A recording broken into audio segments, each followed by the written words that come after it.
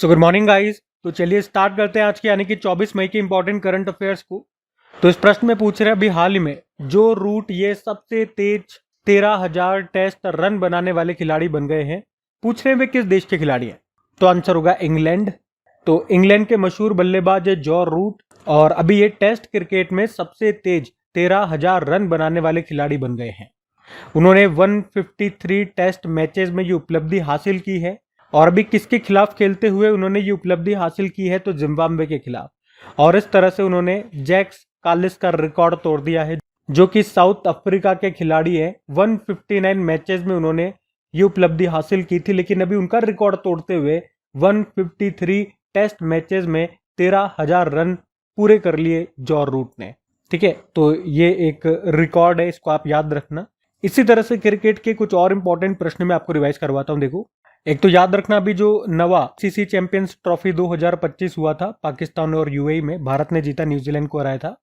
अब जो 2029 वाला जो एडिशन होगा, 10वां एडिशन, उसको भारत होस्ट करेगा। इंटरनेशनल मास्टर लीग 2025 पहली बार हुआ था, अभी इंडिया मास्टर ने जीत लिया वेस्ट इंडीज मास्टर को हरा करके। जो भी रिटायर्ड खिलाड़ी होते हैं वो खेलते हैं इसमें। वुमेन प्रीमियर लीग अभी 2025 में तीसरा संस्करण हुआ था, मुंबई इंडियंस ने जीता, दिल्ली कैपिटल को हराया था। ऑरेंज कैप को जीता है नेट साइवर ब्रंट ने, मुंबई इंडियंस की प्लेयर है। और पर्पल कैप को जीता है एमिलिया केर ने, मुंबई इंडियंस की है। 11,000 वनडे रन बनाने वाले दूसरे सबसे तेज बल्लेबाज रोहित शर्मा बन गए 261 पारियों में, जबकि पहले बल्लेबाज है सबसे तेज ऐसा करने वाले कौन, विराट कोहली 222 पारियों में ऐसा किया। भ्रष्टाचार के लिए आईसीसी द्वारा प्रतिबंधित पहली महिला क्रिकेटर बनी थी सोहेल अख्तर, बांग्लादेश की है। आईपीएल में 1000 चौके और छक्के लगाने वाले पहले खिलाड़ी विराट कोहली। विराट कोहली अभी टी20 में 13,000 रन बनाने वाले पहले भारतीय भी बने थे 386 पारियों में। विराट कोहली सबसे तेज 14,000 ओडीआई रन बनाने वाले भी खिलाड़ी बने थे 287 पारियों में। अभी एशियन क्रिकेट काउंसिल के अध्यक्ष बन गए मोहसिन नकवी, पाकिस्तान के हैं। रोहित शर्मा, विराट कोहली ने अभी टेस्ट क्रिकेट से संन्यास ले लिया। और कल ही हमने पढ़ा था पॉल स्टर्लिंग के बारे में, अंतरराष्ट्रीय क्रिकेट में 10,000 रन पूरे करने वाले किस देश के पहले बल्लेबाज बन गए, तो आयरलैंड आंसर होगा। ठीक है, तो ये क्रिकेट से ही सारे प्रश्न मैंने आपको रिवाइज कराए, करंट अफेयर्स के ध्यान में रखना। अगला प्रश्न देखते हैं। फिर अगले में पूछ रहे अभी rising north east investor summit 2025 का आयोजन कहां पे किया गया, तो आंसर होगा नई दिल्ली में। Rising north east investor summit 2025 की हम बात कर रहे हैं। अभी 23 और 24 मई को इसका आयोजन किया गया, नई दिल्ली में किया गया, उद्घाटन किया मोदी जी ने।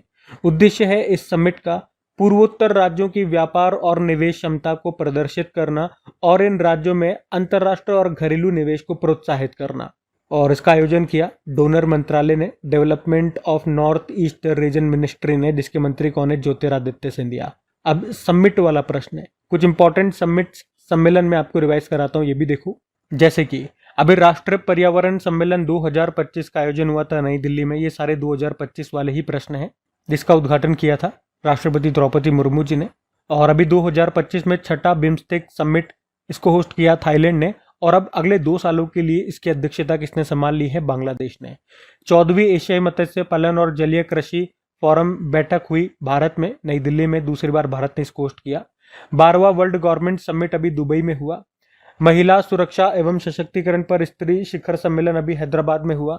और नवा एडिशन किसका, ग्लोबल टेक्नोलॉजी समिट का, नई दिल्ली में हुआ था, थीम है संभावना।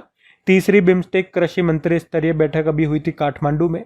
150वां इंटर पार्लियामेंट्री यूनियन समिट अभी उज्बेकिस्तान में हुआ। और विश्व बैंक के सहयोग से पेंशन पर पहला अंतर्राष्ट्रीय शोध सम्मेलन हुआ नई दिल्ली में। बुद्ध धम्म और पूर्वोत्तर भारत की संस्कृति पर अंतर्राष्ट्रीय सम्मेलन हुआ अरुणाचल प्रदेश में। छठा इंडिया स्टील 2025 का आयोजन अभी मुंबई में हुआ। केंद्रीय खाद्य प्रसंस्करण मंत्रालय ने सुफलाम 2025 कार्यक्रम के दूसरे संस्करण का आयोजन कहां पर किया, सोनीपत हरियाणा में। ठीक है, तो लगभग 12 इंपॉर्टेंट समिट्स सम्मेलन वाले प्रश्न हमने यहाँ पर रिवाइज कर लिए, ध्यान में रखना। अगला प्रश्न देखते हैं। फिर अगले में पूछ रहे हैं हाल ही में launch the diary of A cricketers wife नामक पुस्तक को किसने लिखा है, तो आंसर होगा पूजा पुजारा ने। तो भारतीय क्रिकेटर हैं चेतेश्वर पुजारा, उनकी वाइफ है पूजा पुजारा, और इन्होंने ये बुक लिखी है। इस बुक में उन्होंने अपने पति चेतेश्वर पुजारा के साथ बिताए जीवन पर और खेल नायकों के परिवार के सदस्यों के द्वारा अनुभव किए गए पर्दे के पीछे के भावनात्मक उतार चढ़ाव के बारे में बताया। मतलब जो क्रिकेटर्स हो गए, पर्दे के सामने जो हैं, जिन्हें हम देखते हैं टेलीविजन पे, न्यूज़पेपर में, वो उनकी अलग दुनिया है, और इसके पीछे उनकी जो असली लाइफ होती है, उनके क्या चल रहे हैं, परिवार में क्या चल रहा है, उनके घर में क्या चल रहा है, क्या चीज़ें वो फेस कर पा रहे हैं, तो उससे जुड़ी जो भी बातें हैं वो इस बुक में इन्होंने बताई है। तो सिंपल सा, मैं तो बुक का नाम याद रखना है और किसने लिखा है ये याद रखना है। The diary of a cricketers wife, लिखा है पूजा पुजारा ने। एक तरह से ये मेमोयर है। मेमोयर मतलब संस्मरण, मतलब यादों के बिहाफ पे जो चीजें लिखी जाती है, किताब लिखी जाती है, उसे मेमोयर कहते हैं। अब बुक्स एंड ऑथर वाला प्रश्न है, चलो कुछ इंपॉर्टेंट बुक्स में आपको रिवाइज करवाता हूँ। एक बुक हमने अभी पढ़ी थी, I am a soldier's wife, इसको लिखा गीतिका लीडर ने। कैलाश सत्यार्थी की आत्मकथा आई दिया सलाई ने। रक्षा मंत्री राजनाथ सिंह जी ने अभी रक्षा मंत्रालय की द्विवार्षिक हिंदी पत्रिका को लॉन्च किया, नाम है सशक्त भारत। पर्वत शिरोमणि भगत सिंह कोश्यारी, इसको लिखा मदन मोहन सती ने और लॉन्च किया तो लोकसभा अध्यक्ष ओम बिरला ने। लियो द अनटोल्ड स्टोरी को लिखा पी.एस. शर्मा ने, चेन्नई सुपर किंग के ऊपर लिखी गई है ये। टू द सेवेंथ जनरेशन को लिखा डॉक्टर वी.आई. मथन ने। Eminent distortion twist and truth, इसको लिखा उत्पल कुमार ने। The new icon Savarkar and the fact को लिखा अरुण शोरी ने। The great conciliator Lal Bahadur Shastri and the transformation of India को लिखा संजीव चोपड़ा ने। 2025 के लिए अंतर्राष्ट्रीय बुकर पुरस्कार, अच्छा ये प्रश्न हमने कल ही पढ़ा था, तो मैंने इसको बुक्स में भी डाल दिया। अवार्ड्स का भी प्रश्न हो गया ये एक तरह से। बुक्स का कैसे हो गया कि किस पुस्तक के लिए उन्होंने ये पुरस्कार जीता है। जीता तो बानू मुश्ताक ने है, भारतीय लेखिका हैं। इनके नॉवल हार्ट लैम्प के लिए कन्नड़ भाषा में लिखा गया है, और इस तरह से ये अवार्ड जीतने वाली ये पहली कन्नड़ भाषा की पुस्तक बन गई है। इसको ट्रांसलेट अंग्रेजी में किया किसने? दीपा भास्ती ने। ठीक है, तो ये जरूर याद रखना, एग्जाम में पूछा जाएगा ये प्रश्न, क्योंकि ये अवार्ड जीतने वाली ये दूसरी भारतीय बन गई है। पहली गीतांजलि श्री थी 2022 में, जिन्होंने टॉम्ब ऑफ सैंड के लिए जीता था। ठीक है, तो ये सारे पॉइंट्स ध्यान रखना इंपॉर्टेंट है। अगला प्रश्न देखते हैं। फिर अगले में पूछ रहे, हाल ही में चुनाव आयोग ने मतदान केंद्र में मतदाताओं की अधिकतम संख्या 1500 से घटाकर कितनी कर दी है? तो आंसर होगा 1200। तो अभी भारत के चुनाव आयोग ने मतदान केंद्र में मतदाताओं की अधिकतम संख्या को वर्तमान 1500 से घटाकर 1200 कर दिया है। तो अभी 22 मई 2025 को चुनाव आयोग ने मतदान प्रक्रिया को मतदाताओं के लिए सुलभ बनाने और भारतीय लोकतांत्रिक प्रक्रिया को मजबूत करने के लिए कई उपायों की घोषणा की है। जैसे एक तो पॉइंट यही हो गया कि मतदान केंद्र में मतदाताओं की जो अधिकतम संख्या है वो 1200 होगी। उसके अलावा मतदाताओं के लिए मतदान को सुविधाजनक बनाने के लिए ऊंची इमारतों और आवासीय कॉलोनियों में मतदान केंद्र स्थापित किए जाएंगे। मतदाता पर्ची पर अब आसानी से पहचान के लिए सीरियल नंबर और पार्ट नंबर प्रमुखता से प्रदर्शित किए जाएंगे। चुनाव आयोग भारत की महापंजीयक से मृत्यु के आंकड़े प्राप्त करेगा और सत्यापन के बाद मृतक व्यक्ति का नाम मतदाता सूची से हटा। बाकी बात चुनाव आयोग की करते हैं, इलेक्शन कमीशन ऑफ इंडिया की, तो इसका उल्लेख संविधान के भाग 15 में आर्टिकल 324 से 329 तक है। इसकी स्थापना की बात करें, स्थापना होती है 25 जनवरी 1950 को। और अभी हमारे नए मुख्य चुनाव आयुक्त चीफ इलेक्शन कमिश्नर कौन बने? ज्ञानेश कुमार, 26वें नंबर के। अच्छा, पहले मुख्य चुनाव आयुक्त कौन थे? सुकुमार सेन थे, और पहली महिला पूछोगे तो वी.एस. रमा देवी। अभी दो नए इलेक्शन कमिश्नर की बात करेंगे, तो वो कौन है? विवेक जोशी हैं और सुखबीर सिंह संधू हैं। इलेक्शन कमीशन ऑफ इंडिया, इसने सक्षम ऐप को लॉन्च किया, Garuda application, C vigil app, एनकोरो software, ये सब इसने लॉन्च किए। सुविधा पोर्टल हो गया। और राष्ट्रीय दिव्यांग आइकॉन चुना था शीतल देवी को। अच्छा, शीतल देवी का संबंध किससे है? तीरंदाज से। तीरंदाज है ये, आर्चरी प्लेयर है। और राष्ट्रीय आइकॉन बनाया था राजकुमार राव को और सचिन तेंदुलकर को। यूथ आइकॉन बनाया था आयुष्मान खुराना को। ठीक है, तो ये सारे पॉइंट्स ध्यान में रखना। अगला प्रश्न देखते हैं। फिर अगले प्रश्न में पूछ रहे हैं कि अभी शिवपाल सिंह का संबंध किस खेल से है, बताइए। इन पर भी 8 साल का प्रतिबंध लगाया गया है, तो इस कारण से इनका नाम न्यूज में है। आंसर होगा यहाँ पे जेवेलिन थ्रो, भाला फेंक। तो टोक्यो ओलंपिक में देश का प्रतिनिधित्व करने वाले भारत के स्टार भाला फेंक खिलाड़ी शिवपाल सिंह पर भी 8 साल का प्रतिबंध लगा दिया गया। वे अपने एथलेटिक करियर में दूसरी बार डोप टेस्ट में विफल रहे या डोप टेस्ट में पॉजिटिव पाए गए। पहली बार उन्हें 2021 में 4 सालों के लिए बैन किया गया था, पर जनवरी 2023 में नाडा की अपील पैनल ने प्रतिबंध को घटाकर के 1 साल कर दिया था। और उसके बाद उन्होंने गोवा में आयोजित 2023 राष्ट्रीय खेलों में गोल्ड भी जीता था, लेकिन अभी फिर से डोपिंग टेस्ट में वो पॉजिटिव पाए गए और अब लगेगा उन पे 8 साल का प्रतिबंध। तो एक तरह से करियर ही समाप्त है इनका। बाकी नाडा की बात करते हैं। नेशनल एंटी डोपिंग एजेंसी की स्थापना होती है 24 नवंबर 2005 में। हेडक्वार्टर नई दिल्ली में हो गया और डायरेक्टर जनरल है आशीष भार्गव। ध्यान रखना। ये अगला प्रश्न देखते हैं। फिर अगले में पूछ रहे हैं कि एशियाटिक शेर की वर्तमान में सर्वाधिक आबादी ये कहां पर पाई जाती है?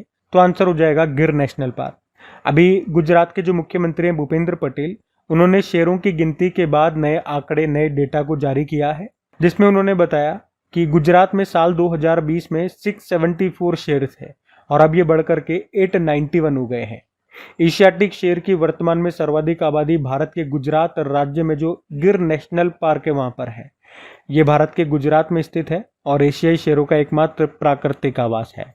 इसी तरह से कुछ और ये डेटा हमने पढ़े थे वो मैं आपको बताता हूँ। जैसे स्नो लेपर्ड, हिम तेंदुओं की बात करें, भारत में टोटल कितने 718 हैं और सबसे ज़्यादा लद्दाख में मिलेंगे कितने 477। ये डेटा याद रखना, एग्जाम में आ चुका है ये। शायद सबसे ज़्यादा लद्दाख में है, तो यही वाला डेटा पूछा गया था एग्जाम में। और भारत में बात करें टाइगर की संख्या कितनी है, लेटेस्ट डेटा के हिसाब से बता रहा हूँ, तो भारत में है 36682, जिसमें सबसे ज़्यादा मध्य प्रदेश में है कितने 785 और उत्तर प्रदेश में सारस की संख्या 2024 जो डेटा आए थे उसके अनुसार कितनी है 19,918। तेंदुए लेपर्ड की बात करेंगे तो भारत में कितने हैं 13,874, सबसे ज़्यादा मध्य प्रदेश में कितने 3,904। ठीक है, तो ये डेटा भी याद रखना। और आप जानते हो हमारा नवीनतम नेशनल पार्क अभी कौन सा बना था, याद रखना सिमलीपाल नेशनल पार्क, और ये भारत का 107वां नेशनल पार्क बना था। वैसे ये है कहाँ का, उड़ीसा का है। उड़ीसा का आप कह सकते हो ये दूसरा नेशनल पार्क है, जबकि पहला भितरकनिका नेशनल पार्क है उड़ीसा का। ठीक है, तो ये सब डेटा ध्यान में रखना। अगला प्रश्न देखते हैं। फिर अगले में पूछ रहे पेरितो मोरेनो ग्लेशियर किस देश में स्थित है जिसका एक विशाल बर्फ खंड अभी टूट गया है? तो आंसर होगा अर्जेंटीना। तो अर्जेंटीना में स्थित पेरितो मोरेनो ग्लेशियर का एक विशाल बर्फ का खंड अभी टूट गया है। बर्फ का ये जो टुकड़ा है, ये जो खंड है 20 मंजिला इमारत के बराबर है। ये घटना वैश्विक जलवायु परिवर्तन के कारण हुई है, वही ग्लोबल वार्मिंग, क्लाइमेट चेंज, तापमान का बढ़ना। और ये glacier loss glaciers national park के अंतर्गत आता है, जो कि यूनेस्को विश्व धरोहर स्थल भी है। और इसका कुल क्षेत्रफल एरिया की बात करें तो ये 250 किलोमीटर स्क्वायर है, जो कि भारत का पटना शहर के क्षेत्रफल के बराबर है। ठीक है, तो ये ध्यान में रखना, ये न्यूज़ में है अभी। बाकी अर्जेंटीना भी मैं आपको लेकर के चलता हूँ, लेकिन ग्लेशियर की बात है तो आपको याद आएगा अभी नेपाल में याला ग्लेशियर को मृत घोषित किया गया था। और उससे पहले हमने पढ़ा था कि गंभीर रूप से संकटग्रस्त श्रेणी में शामिल और वर्ष 2040 तक लुप्त होने वाला याला ग्लेशियर ये नेपाल में है। मतलब ये पूछा जा सकता है याला ग्लेशियर जो नेपाल का है उसे कब तक पूरी तरह से लुप्त होने का अनुमान लगाया था 2040 तक, और अभी इसे मृत भी घोषित कर दिया गया था। कौन सा देश अपने सभी ग्लेशियरों को खोने वाला पहला देश बन गया? वेनेजुएला। यूनाइटेड नेशन ने 2025 को ग्लेशियर संरक्षण वर्ष घोषित किया और अब से हर साल 21 मार्च को हम ग्लेशियर दिवस के रूप में मना रहे हैं। अभी जो 22 मार्च 2025 को हमने वर्ल्ड वाटर डे मनाया था उसकी थीम क्या थी? ग्लेशियर प्रिजर्वेशन, ग्लेशियर संरक्षण। और भारत का सबसे बड़ा ग्लेशियर कौन सा है? सियाचिन ग्लेशियर। ये हिमालय में काराकोरम पर्वतमाला में स्थित है। पूछोगे कहाँ? तो लद्दाख में। ये भारत का सबसे बड़ा ग्लेशियर है। नुब्रा नदी ये सियाचिन ग्लेशियर से ही निकलती है और ये दुनिया का सबसे ऊंचा युद्ध क्षेत्र भी है। तो ये तो ग्लेशियर से संबंधित कुछ प्रश्न हो गए। बात यहाँ पे अर्जेंटीना दी, तो मैं आपको ले चलता हूँ अर्जेंटीना। साउथ अमेरिकी कॉन्टिनेंट में आता है ये अर्जेंटीना। कैपिटल ब्यूनस आयर्स हो गई। करेंसी होती है पीसो। प्रेसिडेंट है जेवियर माइले। अभी कोपा अमेरिका 2024 को अर्जेंटीना ने जीता था कोलंबिया को हरा करके। वर्ल्ड हेल्थ ऑर्गेनाइजेशन से आपको याद है अमेरिका के बाद अर्जेंटीना अलग हो गया इससे। 2024 में ब्रिक्स में भी शामिल होने से मना कर दिया था किसने? अर्जेंटीना ने ही। ये प्रश्न तो एग्जाम में भी आ चुका है। ठीक है, तो ये सारे पॉइंट्स ध्यान में रखना। अगला प्रश्न देखते हैं। तो प्रधानमंत्री नरेंद्र मोदी 26 मई 2025 को गुजरात के दाहोद में भारत के पहले 9000 horse power electric locomotive engine का उद्घाटन करेंगे। तो पीपीपी मॉडल के अंतर्गत निर्मित दाहोद रेलवे फैक्ट्री 10 सालों में 1200 इंजन बनाएगी, जिससे घरेलू और अंतर्राष्ट्रीय बाजारों को सहायता मिलेगी। तो 9000 हॉर्स पावर का ये 6 एक्सेल लोकोमोटिव 75 किलोमीटर प्रति घंटे की औसत चाल से चलेगा, यानी कि इतनी स्पीड होगी इसकी। और 4600 टन तक ये माल को ढो सकता है, माल को ले जा सकता है।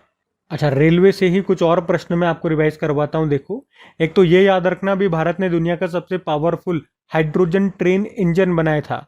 इसकी इंजन की शक्ति कितनी है? 1200 हॉर्स पावर की है।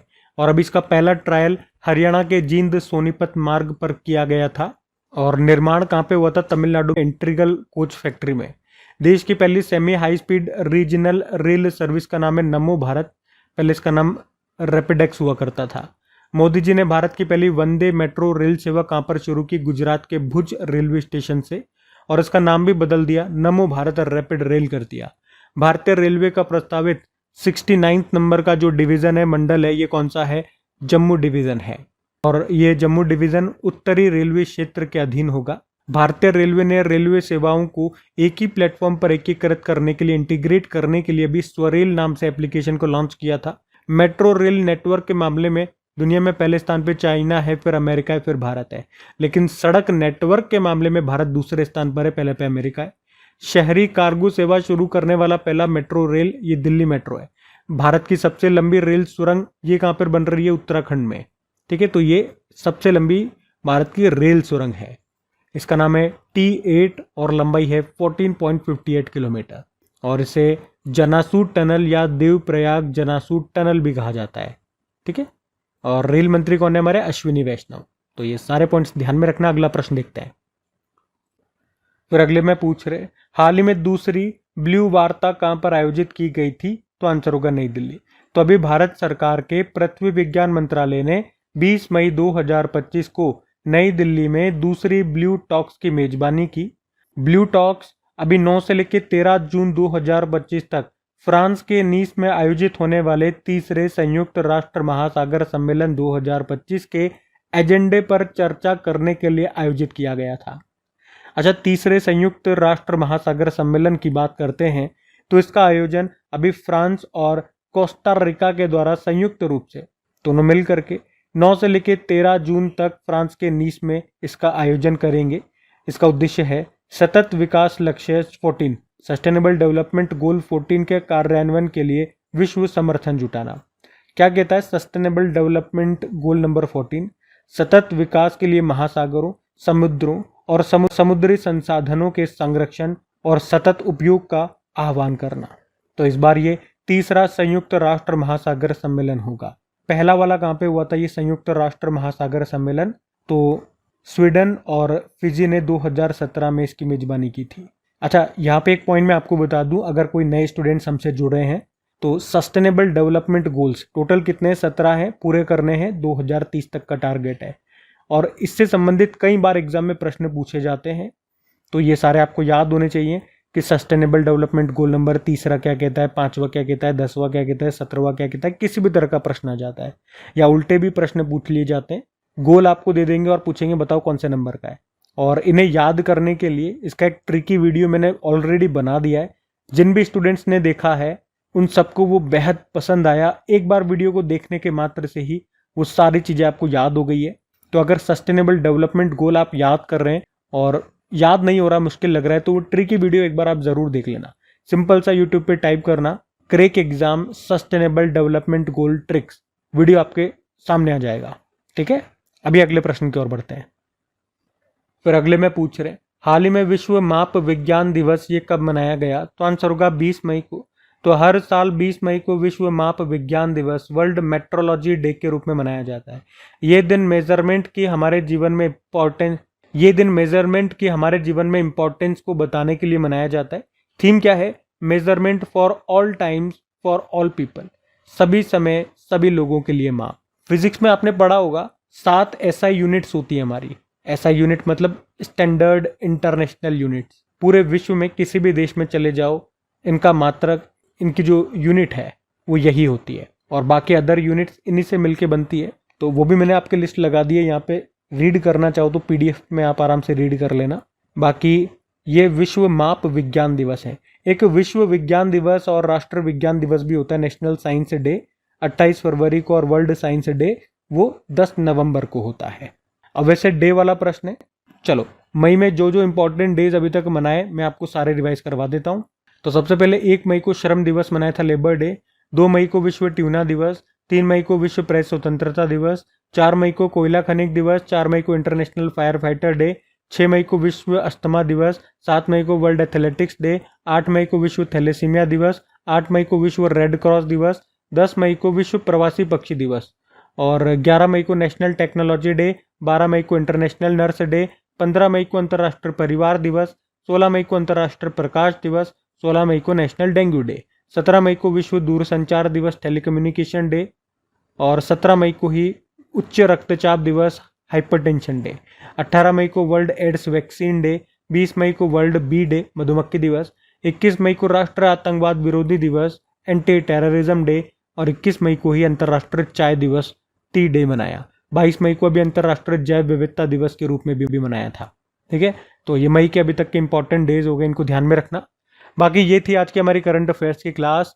कमेंट करके जरूर बताना सेशन आपको कैसा लगा। अच्छा लगा तो प्लीज़ वीडियोस को सपोर्ट जरूर कीजिएगा अपने दोस्तों के साथ में, स्टडी ग्रुप में से शेयर करके। बाकी वीडियो के बाद अब इसकी आप प्रैक्टिस कीजिए। मैं इसके क्विज बना करके डेली अपलोड करता हूँ MCQ फॉर्मेट में अपनी क्रिक एग्जाम एप्लीकेशन पे, जहाँ पे जाकर के आप प्रैक्टिस कीजिए कि जो अभी तक आपने पढ़ा है, अगर उसी के बेस पे आपसे प्रश्न पूछे जाते हैं तो कितने प्रश्न आप सही कर पाते हो। तो प्रैक्टिस आपकी बनी रहनी चाहिए, बार बार वीडियो आपको देखना नहीं पड़े, और एग्जाम तक चीज़ें आपको याद रखने के लिए इसी तरह से क्विज लगाते रहो, प्रैक्टिस करते रहो। बाकी PDF डेली आपको मिली जाती है, डिटेल्ड PDF मिलती है एप्लीकेशन पे भी और टेलीग्राम पे भी, जिसका लिंक डिस्क्रिप्शन बॉक्स में है। एप्लीकेशन तो आप डायरेक्ट गूगल प्ले स्टोर से भी इंस्टॉल कर सकते हो। तो चलो अभी कल के करंट अफेयर्स का भी क्विक रिवीजन कर लेते हैं और सेशन एंड करते हैं फिर। अच्छा, हम लोग आगे पढ़े उससे पहले करेक्शन मुझे आपको करवाना है। 21 मई के करंट अफेयर्स में एक क्वेश्चन था जिसका आंसर मैंने गलती से, मिस्टेक से गलत बता दिया। तो वो प्रश्न था, न्यूक्लियर साइंटिस्ट MR श्रीनिवासन का निधन हो गया था, किस वर्ष पद्म विभूषण उनको मिला था? ये प्रश्न था। तो इसका सही उत्तर होगा 2015। मैंने सन 2000 करवा दिया था, ऑप्शन में 2015 लिखा ही नहीं था, तो यहाँ पे एक मिस्टेक हो गया था।